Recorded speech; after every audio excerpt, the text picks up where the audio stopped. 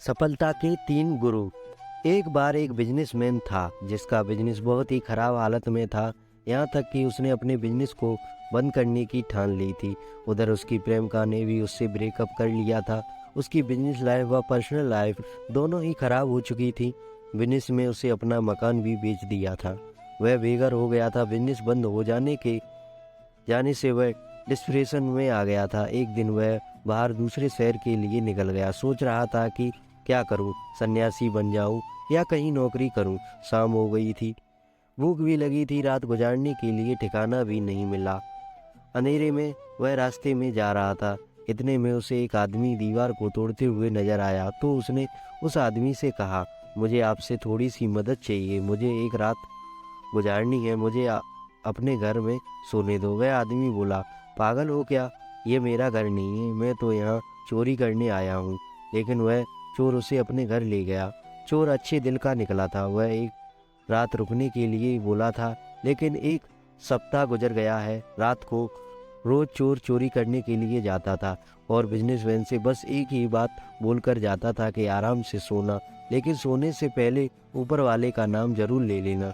रोज चोर आता तो बिजनेसमैन उससे पूछता कि आज क्या हाथ लगा, तो चोर का उत्तर वही होता कि कुछ नहीं, लेकिन कल कुछ अच्छा हाथ लगेगा। बिजनेसमैन का पहला गुरु यही चोर था, जिसने सिखाया कि कुछ भी हो जाए कभी हार नहीं माननी चाहिए, हमेशा पॉजिटिव सोचना चाहिए। एक सप्ताह के बाद बिजनेसमैन वहाँ से आगे चल दिया। उसने आगे जाकर दोपहर को वह नदी के किनारे एक पेड़ की छाया में बैठ गया। वहाँ एक कुत्ता भी था जो बार बार नदी के पास जाता और वापस पेड़ के नीचे बैठ जाता। कुत्ते को प्यास लगी थी, लेकिन वह पानी में अपनी परछाई देखकर डर जाता और वापस आ जाता। बिजनेसमैन यह सब देख रहा था।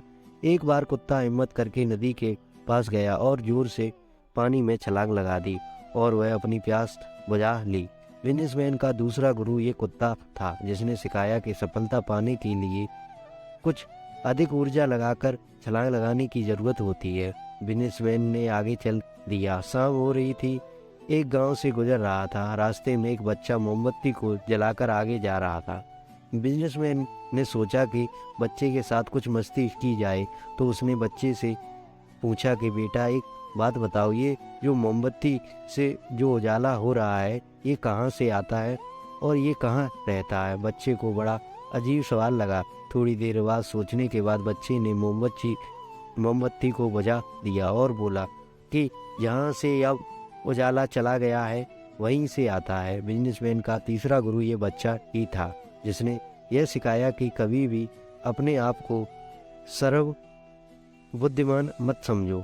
हो सकता है कि आपके सामने वाला भी ज़्यादा बुद्धिमान हो, और कभी भी अपने आप पर घमंड नहीं करना चाहिए। बिजनेसमैन के अंदर पॉजिटिव आ गई और वह दोबारा से सकारात्मक सोच के साथ अपने बिजनेस में लग गया और एक बड़ा और सफल बिजनेसमैन बन गया।